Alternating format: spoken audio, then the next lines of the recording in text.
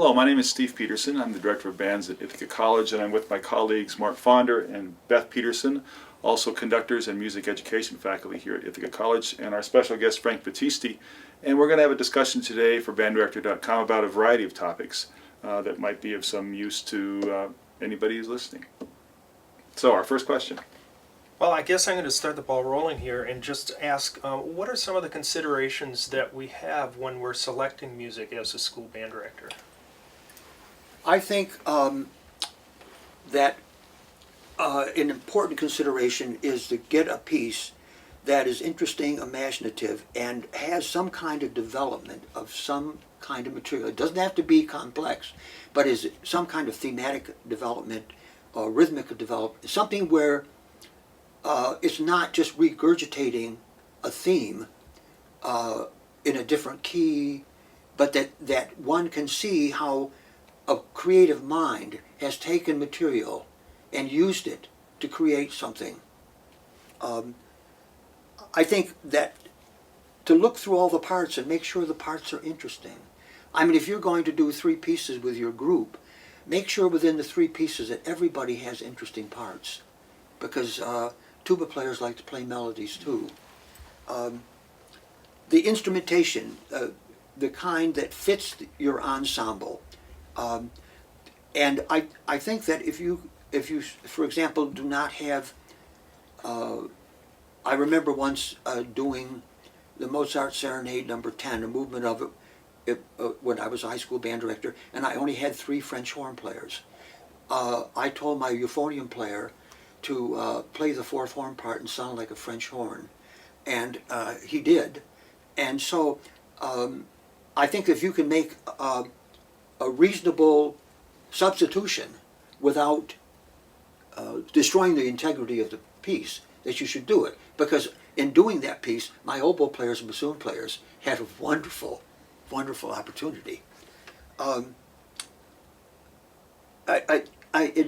think you should avoid selecting music where you have to do extensive drilling, because the ensemble should be a collaborative music-making experience. That's very different than drilling parts. Mm-hmm. So that pick pieces that challenges the technical facility of the players, but only to the degree that they can be successful. So you're always challenging them just enough to keep them moving, but not enough to bust them or break them. And that way you'll select music where you can get beyond the notes and try to get into the notes where the musical expression and meaning is. So, and that's important, because if kids never experience the power of music, the meaningful message, power of music, they don't know it. They think that playing music is playing the right notes. And that's completely devoid of any kind of musical significance. And they select music with a variety of styles, so that because by doing that you can teach history. You can teach kids about the evolution of the art. Pick things that have varying kinds of texture, so that they're not all 2D, so that there's opportunities for students to play solos once in a while, duets within the large ensemble. And make sure that the music is appropriate for the occasion or for the environment. Because if I am asked to play something at the 7th inning stretch, at the Boston Red Sox, New York Yankees baseball games, and I can play Trower's Symphony or Take Me Out to the Ball Game, I'm going to play Take Me Out to the Ball Game, because if I play Trower's Symphony, first of all, I'm not doing Wagner any good, because nobody's going to listen to it. So that the music has to be appropriate to the environment, to the moment, the situation, and appropriate for the level of the child. Let me interject just one thing too, or expand on it. I think it's really important to program music that the students can attain really easily, especially the technical part, that they don't have to worry about technique, at least on 1 or 2 pieces on a program, so they can simply learn how to feel and express without having to deal with technique. Of course, we want to pick music where the technique's going to improve. Finding that level is part of the challenge, but certainly picking pieces where they can simply feel what the music is doing for them, and what they can do for others is really important. Frank, I'm curious as to what your philosophy would be in terms of choosing a transcription. Is that something that you feel strongly? Absolutely. A child, if you're studying music, which is what we're charged to teach, and a child does not know what it's like to experience a Bach chorale, or feel what it's like to be in the middle of Wagner's chromatic harmony, then you have denied that kid an incredible musical discovery. So that, yeah, and you'd pick out the issue is picking out a good transcription. But transcriptions are totally legitimate as far as I'm concerned, and have to be used if you're going to teach music as an art in the band, because Bach didn't write anything for us, and Wagner wrote one piece, but Charles Symphony is not Elsa's Procession to Cathedral. Can we talk a little bit about amount of performances per year? Should bands be performing more or performing less and working more on the same piece of music and getting it really good for 1 or 2 performances, or playing lots of concerts and lots of different pieces? I don't think they have to be exclusive of each other at all. I have learned over the years that more performances tend to make players better because they have to prepare more quickly and more efficiently. It makes me better, it makes them better too. I think that can be overdone too, but in my opinion, most public school teachers do not program enough concerts. Certainly I think that 1 concert a semester is insufficient and is not doing any favors to the students who are only experiencing then perhaps 2 concerts worth of music in an entire year.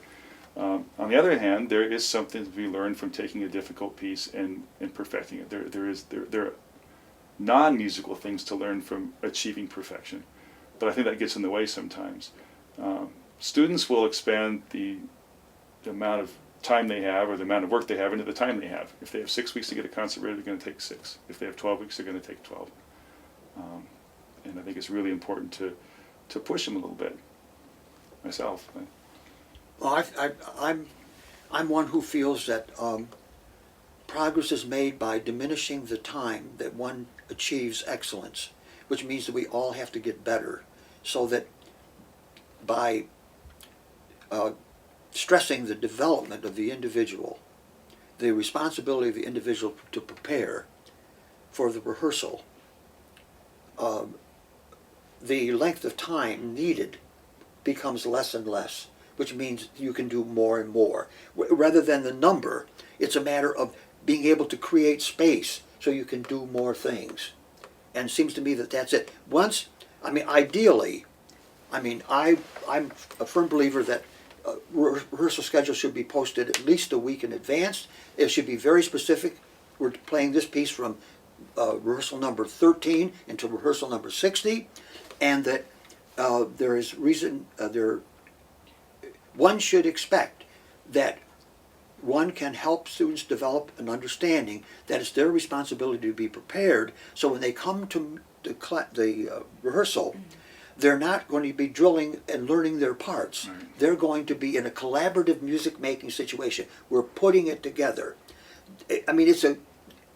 All the things plug into the same thing, but it's a matter always of trying to make the kid be more responsible, more dedicated, accountable. Yeah, and that's right, and that takes time. I guess I'd say one of the things I'd say to every band director would be to choose the place you want to teach and plan to stay there 15 years, because you can't make these things happen quickly. And we're in a very mobile society. Everybody wants the best gig, and so people move. You can't build these kind of things in a short period of time.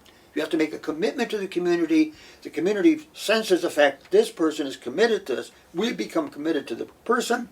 Together, you can do marvelous things. But it does take time. It does take time. And you shouldn't try to do it too fast, because you create revolutions, you lose too much. It's an evolutionary process. You give me a person who is a real artist musician, and and I have the most important ingredient, because the technique part of it is relatively easy, as far as I'm concerned. I don't find it difficult. What I find hugely difficult is the imaginative mind, a creative mind, a sensitive mind. That is rare, because their education has never. I mean, I ask kids when I go to places, and I ask them, tell me the courses where you thought your imagination was challenged in. Most of them say nothing, not even their lessons. They were told what to do and how to do it. Nobody said, come in tomorrow with a story. Imagination, cultivating imagination. We're in the arts and we don't cultivate imagination. How does a young, maybe newer teacher who's out already teaching and dealing with a lot of stuff in the teaching world, administrative stuff, go back to that or get to that place where he or she can become imaginative and creative and study music and become more musical? I tell you how it happened to me. When I was a young teacher, and I began to hear my kids talking about Shakespeare and Dickens and all these incredible authors that I had never read. I was stupid. They made me aware of what I didn't know. I couldn't talk their language. So I decided I had to start reading poetry. I had to start reading literature, because, man, I just don't know anything. I'm a mechanical person. They've taught me how to make a band sound good. I know how to do it. But teaching music or teaching art or teaching creativity, whew, that's another story. So that the curriculum is so jam full of vocational type things, developing skills, that there's no chance to develop the humanity, the creative human being, the imaginative one, the one that solves problems in different ways. That's what we don't cultivate. And I'm serious about this. I would hear these kids talking about this literature, and I said to myself, I've never read that before. So I think that. How does a director turn that around? I mean, there can be a background that the director brings into a situation that might be deeper or more profound than the students that he or she is teaching.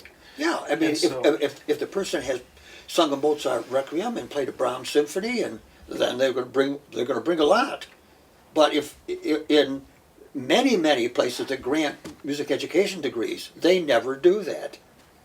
So you are what you consume. So what? In other words, what I'm saying is that the development of an artist should be essential in the development of a music educator.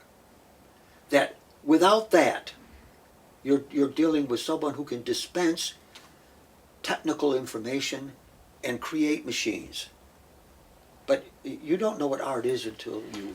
So let's talk specifically about the teacher who's out there. They're in the middle of Iowa, or Kansas, or New York, or Idaho, or anywhere. And they're 100 miles from culture as we know it. And they're listening to this video and they're saying, that's me. And I know that I need to grow. Okay. I need to grow as a musician, as an artist, as a learned thinker. What are some specific things? Where would you send these people? All you got to do is turn on your computer. I couldn't turn on my computer. All right. I had to get in the car and go places. I had to go to a library. I had to go to a concert. Now all I do is punch it, and it's right there. There's no lack of opportunities to... but isn't that also part of the problem? There's too many opportunities? Absolutely. Well, there's too many opportunities in the sense that I mean, how can we focus? there's the smorgasbord of opportunities is enticing, and so there has to be a priority of what you're going to hit on the computer. So if I'm interested in developing my knowledge of great masterpieces of music, then that's what I'm going to do on the. If I have no priorities, I'm all over the place. I mean, it's a matter of deciding. Priorities are important. I think music education right now is more interested in scope and embracing everything rather than going through the hard job of prioritizing what 6 things we can teach that has ramifications that the child can continue to develop their knowledge and their appreciation of their skills. I mean, think about a literature teacher, English literature teacher. You know how many great novels written in the English language? I've got to pick out 6 that we're going to read. You have to establish some priorities. And that's what you have to do in all aspects of education, I think. There's never, in trying to make it broader, you're making it less deep. And it's superficial. So, if I'm interpreting what you're saying correctly, you would look at a year's curriculum, a year's band curriculum, and say, look, I want to have pillars of great music supporting this curriculum. Is that how you would start, Yeah. with those pillars, and then fill in the rest with... I mean, do we send our kids home every summer with listening lists and reading lists? No, we don't. Most every other discipline does. Mm-hmm. They do in English. We send them home, tell them to go and have a good time, go to camp, or, learn how to, handle kids and everything else. No, I think yes, I think there should be, no kid should graduate unless they've heard these pieces, read these books. That's it, and they can do it on summer. You don't have to do everything during the school year. That's what summers are for.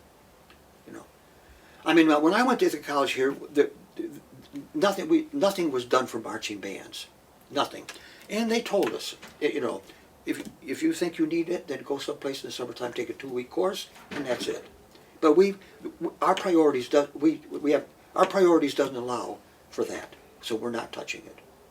I think that's What a what choice. I think that's what education is about. It's about setting priorities all the time, and that's hard because you got to really evaluate. But I'm going back to our original question. That has to do with the individual teacher setting priorities too. Are they going to sit down and watch Downton Abbey, or are they going to go online and listen to the latest Berlin Philharmonic Orchestra telecast, or are they going to find a combination of things? But we make our own priorities too about what we do in our off time. Not to say that we should be studying 24 hours a day. We all find our leisure in different ways, but we definitely make priority choices, and that's one way that we all have to think about, well, is this going to make me grow, or am I going to sit and just stagnate here? The other thing too is the mentors that we've had are huge. If we were lucky enough. I mean, who were my mentors? Very few were band directors. There were Warren Benson, and there were Karel Husa, and they were... And Warren always kept telling me, why do you play that funny music? Mm-hmm. I mean, if he hadn't, that's how it all started. When Benson came back after a concert and says, Frank, you're doing a terrific job, but why do you play that funny music? That one comment changed my life. And it was because of having people around me like that who always questioned me, not about what the mechanics were, but, what I was using. I mean, it's supposed to be music, I mean, I don't know if I would have done that without those questions. I'm sure I wouldn't have. So. But that was the raw material back then in terms of band literature, was that kind of music. I mean, a lot of people played Paul Yoder and... That's right, and exactly. Walter, what was his name? Harold Walters? Yes, right, Yeah. right. That was the literature. But we're past that now. That's right. We have a body of literature really from beginners all the way up to grade 6 that's pretty strong stuff. Yeah, but when I listen to, when I adjudicate a couple times a year, I could ask many of those kids, many of those band directors, why do you play that funny music? Because they're playing funny music. They're not choosing the great literature, because in order to play the great literature, you have to have a complete instrumentation. A lot of bands do not have complete instrumentation. You can't play the great literature without complete instrumentation, so they play the literature where the doubling is safe. And we know what those are. Well, let's turn this around a second, because if it's expressive music, you chose the Mozart but had 3 horns, and then you put a euphonium player in Right. that place. So That's you're able to, or the students were able to experience that Uh-huh. that Mozart, Yeah. great music. So can you see the parallels with choosing a great piece of music, but you don't have necessarily the full instrumentation, but it happens to be cross-cued a lot? Is that all right? It depends upon the cross cueing. I mean, I would evaluate it like I evaluated a original piece. Same way. If I felt it was all the things I talked about, then I would play it. So But if you- unfortunately, so much of what is being played, not only is it instrumentation-wise safe, but it is very unimaginative. There's very little development. That's why I wouldn't use it.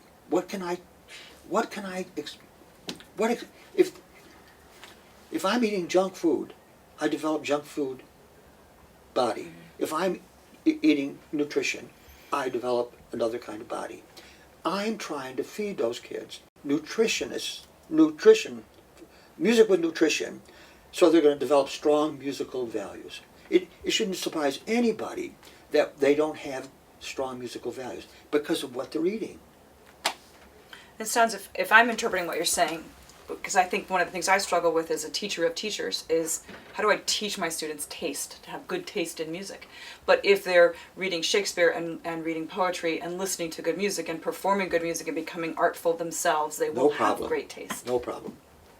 No problem. That's it. That's exactly right.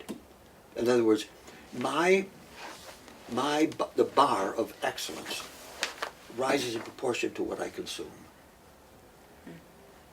And so if I'm consuming great art, then I expect something than if I'm not. Because I don't think that a lot of band directors that are not, in my estimation, using the best quality music, I don't think that they are stupid. I think they're ignorant. Nobody has helped them develop the standard that they should have. Yeah, otherwise they wouldn't be able to stomach it. That's right. Exactly right. That's exactly right. I mean, we can all sit here and think about pieces we used to idolize that we don't idolize anymore. That's right. We have grown, That's right. and that's how it's done. And when you graduate, depending upon where you go to school as an undergraduate and the kind of musical experiences you've had, the kind of literature that you performed, you come out at a certain level of expectations of what excellence is. As you go on in life, depending upon what you consume, that level will either stay the same, sink, or rise. That's it. So let's talk about the sophistication, the sophistication level of students who might be in middle school. You had mentioned there are some compositions or composers that we don't deal with anymore because we've grown more sophisticated and they don't speak to us. But when we were in junior high, they spoke to us. And so do we revisit those steps with those younger students so that they can have this sequential step of growth as well? Or do we just start them where we are at this point of sophistication? Do you understand that Yes, there's a level that... I understand completely what you're saying. Yeah. When I start a job, I start where they are. I grab the kid by the hand and gently put in one piece that's different. Same the other ones. Over a period of time, 2, 3. It's a gradual process where you elevate the kid by not taking away anything, but by adding to it. It's bigger. The world is bigger. So that's what education is all about, opening the person's world so they understand more and appreciate, not taking anything away from them. I'm not substituting this for that. I'm just adding. So that, yeah, I mean, you have to start wherever the kids are. Yeah, let's say you go into a program as a young teacher, and all the students played the year before was Pirates of the Caribbean and selections from The Wiz and whatever. What I hear you saying is you can't simply pull the rug out from under them. You still have some of that stuff, and in the meantime, you start to gradually. See, the other thing I should have mentioned about selecting music, you should select music in which they are comfortable and music where they're uncomfortable. Just like you should study scores that way. If you want to grow, it has to be both. Because you're trying to help them explore places they've never been. And so you're the guide. And you have to be able to inspire them. You've got to be able to do all the things that we'd say teachers should do. Motivate, inspire, because you have to nudge them into their discovering. Yeah, I think I like that. You can't say it's good. You have to nudge them to the point where they have that eureka moment where they all of a sudden say, I like it. So, but I mean, so it's a gradual process, and I think you'll be frustrated. I mean, I think the first 2 or 3 years I taught, I wanted to resign every other day. I was so frustrated, but that's part of what it is, because it can't go fast. You have to be, trying to go like crazy at the same time realizing that there's patience involved in it. But there's always growth. You're always going somewheres. There's no stagnation. I mean, and that's, once the person leaves school, then they got to continue to grow. They've got to continue to grow, whether it's formal education or informal education. They have to continue to grow until they die. Because a teacher who is excited about discovering things for their own fulfillment will never burn out. If you're not doing that, you're going to burn out because you get no fulfillment from it. I want to change the questioning just a little bit and ask all of you, and maybe Frank can talk first, but you came from a school where maestro and band director were kind of the same thing, and band directors told people what to do and how it was supposed to be played and what it should sound like, and they weren't always nice about it. Now it seems like we need to encourage more, we need to ask questions more, and that's probably a good thing. How do you reconcile that, or did you change in your career? And I mean, I saw you rehearse the band yesterday, and you would ask questions. You'd also tell them things. I'm sure I changed. I think you have to know exactly what you want, and then you have to use psychology to know where these kids are, what they need, what you can do to get them to do the things that they should do that they might not want to do. But here's where the teacher becomes, I mean, the personality, the temperament of the teacher is huge. Because we don't want to be, we want to make this, see, as a conductor, what I'm trying to do is I'm trying to put myself out of business. As a teacher conductor, I want to get rid of me. The more that I can get those kids to handle everything, the music comes from within them. And when it comes from them, it's better than when it comes from me. So I'm trying to get them to feel the pulse. I'm trying to get them to listen. I'm trying to get them to make decisions about phrasing. I'm trying to get them to do it because I don't want to do it. Because if I do it, they don't have to do it. But how do you balance that with your interpretation? You know how you want that music to sound. Yes, and it will be within my interpretation. But I allow the kid to make a contribution. In other words, if a kid's playing a solo and it isn't exactly what I want, but I think that it's fine, it fits, it works. It's better them doing it the way they want to do it than the way I want to do it. Now, if it's completely off the tracks, then that's different. See, but I'm trying to get them to I mean, in a sense, I'm trying to get them to be a big chamber music group, where I can almost disappear. I can start them, I can be their ears, so if it's too loud, I can tell it's too loud. But I want this to be coming from the inside of that ensemble, not anything created. And I join them. I'm a participant with them. I do my responsibility. They do their responsibility. And you know what it's like? It's like an athletic team. You have 11 guys, right? One's a quarterback, one's a split end, one's a fullback. You teach them all how to play that position. And when all of them play the position right, it works. Look at, we have a band. How do you organize a band?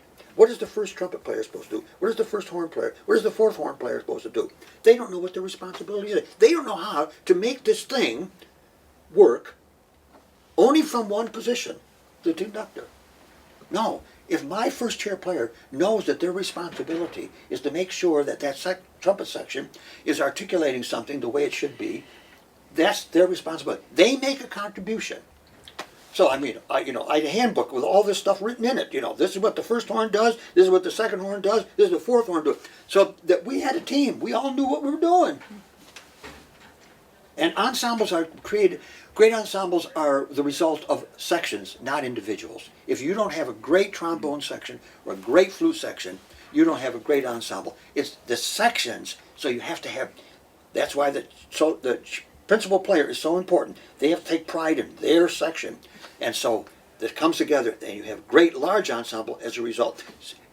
50 great players, forget it. It doesn't make it. So, and I think you have to teach that. I think you have to teach that. You have to tell the first trumpet player what his responsibility is. Frank, if you were starting in the schools these days, what would you do to help encourage a balanced ensemble? By balance, what do you mean? Full instrumentation. Well, I would recruit, so I'd have a full instrumentation. Well, we're talking now, and if you don't mind me being devil's advocate, there are some parents who believe that their child should be a flute player, and there might be some that would believe my child is only going to be a drummer. Or my child should get to do what my No child one's going to wants want to their do. child to be a drummer. But parents are I pushy. would try to do two things. One, and this is what we did, we put together an ensemble made up of the faculty and of some good players from the high school. We went to every elementary school and we played a little program for the kids. And we always emphasized what we needed. We also looked at all the kids physically to find out how big their hands were, so that we could tell a kid that didn't have enough reach that shouldn't be playing the trombone. And the parents would come, we'd have a meeting for the parents, and we would tell the parents, right, flat out, that, if your child is playing a flute, these are the opportunities for them. If you're playing an oboe, these are the opportunities for them. In other words, we made it known that if they kept playing flute, they probably would not get as many opportunities that if they played bassoon. So, I mean, we just tried to educate them that. Now, it's their call. But, in my last year at the high school, we had 8 oboes and 8 bassoons in the high school at that time. So, I think you can. You have to you got to stay right on top of it, and you have to encourage kids to make a transfer if you see the possibility of it. But it's a gradual. If I'm trying to convince a parent, then I have to be able to start a conversation with them and start a relationship with them in order to try to influence them. It takes a lot of time. I mean, it's being a high school band director. I don't know when you have any time off. I didn't have any time off. I don't know. Maybe you can, but if you're trying to, it seems to me it's just it demands an awful lot of it. You got to really be. You really got to love it. Otherwise, you're not going to put up with all you'd have to do. It really is. I think it comes down to, I know my wife, her friends would always say, why does Frank work so hard? And my wife's answer, I mean, God bless her, she says, because he loves it. And that, I think, is what it boils down to. I mean, it takes great, great dedication. More so than teaching math or anything else, you know. But it's also the greatest thing in the curriculum, but by far. It has more effect on kids. Great music teaching has more effect on the development of a child, I think, than any subject in the curriculum. So, you know, I just believe it. I believe it, that's all. Did you ever have the students be allowed to help choose music that you would perform? Kids would come in and tell me, can we do this, or, you know, yeah, sure. See, I kept taking them to concerts, so they would hear the Eastman Wind Ensemble play something, or something, and they'd come in and say, Les, can we play this? You know, well, we played all the stuff the Eastman Wind Ensemble did. I mean, everything the Eastman Ensemble we played, because the kids heard it, That's what they and they wanted to play Yeah, it. sure. But that model has now changed. The Eastman Wind Ensemble will play things that I don't think any high school band can touch. No, that's right. So where are the models these days? They're not. Are they on YouTube or? The division, I mean, the common denominator between the high school band and the college band was the literature. We could play anything that they could play. That's not the case anymore. And as a result of that, high school band directors that need the mentorship and the influence of college band directors no longer have that. So you have the commercial interests taking over, and they have more effect on the choice of the literature than we at the college level do, because we no longer share anything. Should colleges play some things that high schools could play? Some really great colleges could play a grade needs to 4 be- piece or 5, so that the high schools could. There needs to be models, and what they don't have now are the models. I mean, they can come to concert and see this is a great ensemble. They can see all this stuff being used and the complexity of the music and everything else. But that's not a model. Right. They need models, you know. What kinds of experiences should be included in the high school or instrumental music program?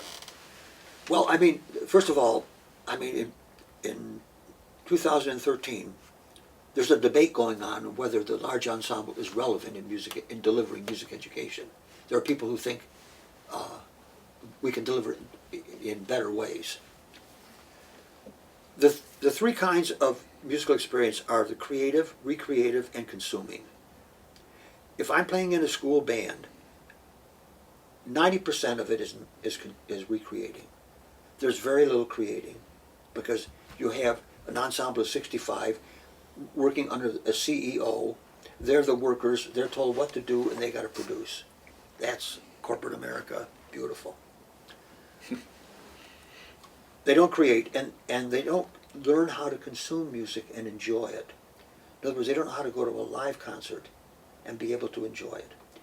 Of all three, the most important is that one, because they're going to be consumers of music the rest of their life. They're not going to be recreators, or they're not going to be creators. But we do practically nothing about this. So, what do? You have to structure. I mean, the place which you meet your kids in, it's called the band room usually, right? I call it the music room. Because within that room you can do anything you want to do. You can have a recital, you can have a full ensemble rehearsal, you can have a chamber music, you can have somebody come in and play concerts, you can do whatever, you can have student composition, you can do anything you want to do. So, if you're creative and you structure that, quote, band rehearsal, you can involve a kid in creative, recreative, and consuming experiences. If you go to the traditional program, they'll be primarily recreative. I think that's the problem that everybody is trying to address. how do we make it? How do we help the kid develop the creative abilities? How do we get them to develop the knowledge? Because the more knowledge I have, the more I understand, the greater the possibility of appreciation. So that when a kid goes to a live concert, you have to help them develop the knowledge and the preparation that goes into being able to enjoy a live concert. Because that's what they're going to do or not do. I mean, they can go to a pop concert, doesn't demand anything of them. You go to a significant program of significant music, and it demands something of the listener. It's very demanding. So you have to help the kid prepare themselves so that they can understand and appreciate it. So I think you have to, those three experiences have to be embodied in the instrumental program. And you can either do it separately or you can do it in a collective, but you have to structure that collective in ways where they're going to get all three experiences.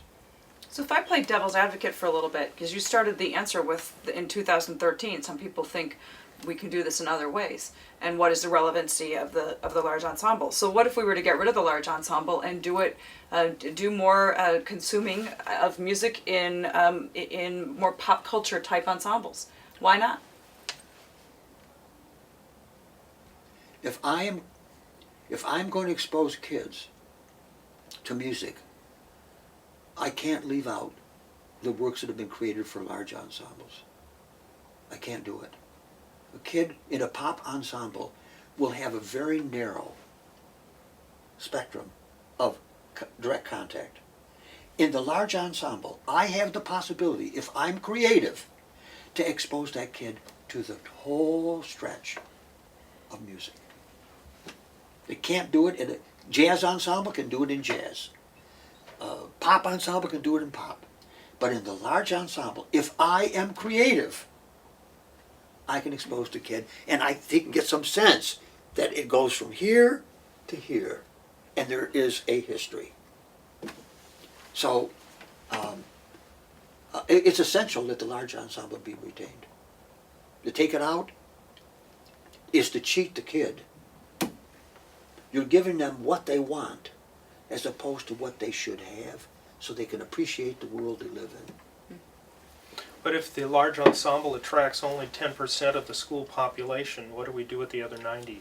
Well, I tell you, that's the problem. The problem is that music education, music educators as individuals and music education as a profession has not spoken strongly as an advocate for great music for all kids. All kids. We're happy if the band has a good schedule, money, the chorus has that, we're perfectly satisfied. Nobody is proclaiming that this is an experience that every kid, and in doing that, we're saying is important.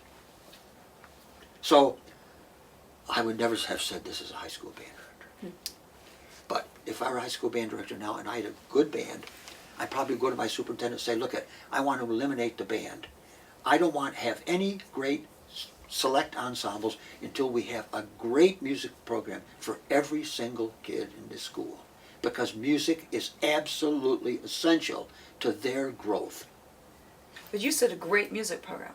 And that's where I think some of the issues are, because the pop culture people will say, well, we'll have music for everybody, but the quality doesn't necessarily, isn't important. There's more to life than everybody. I mean, everybody is doing everybody, right? It's ridiculous. I mean, I want everybody too, but I want it in a quality music program. That's the difference. Right. I mean, a curriculum, a structure. I mean, listen, curriculums are based upon, the subject and the curriculum are based upon the content of the subject. That's why they're in there. When music can be equal to or better than what's being taught in English literature, in chemistry, then we belong in the curriculum. Until then, it belongs as an activities program, because we don't do it that way. I mean, in an English lit class, they're reading Dickens, Shakespeare. In a band rehearsal, what are they playing? They're not playing Stravinsky. They're not playing Ives. They're not playing Brahms. They're not playing... How can you leave those people out and say you're teaching music? You can't. If you want a playpen for kids to play around with the kind of popular music of the day, fine. The activities program is great. Go for it. But it will never be in the core curriculum. Doesn't meet the criteria of what you have to be in order to be in the core curriculum. It only meets it when it's taught as an art, because music is an art. It's not a subject. It is an art. It's different than everything else, and it's important, terribly important.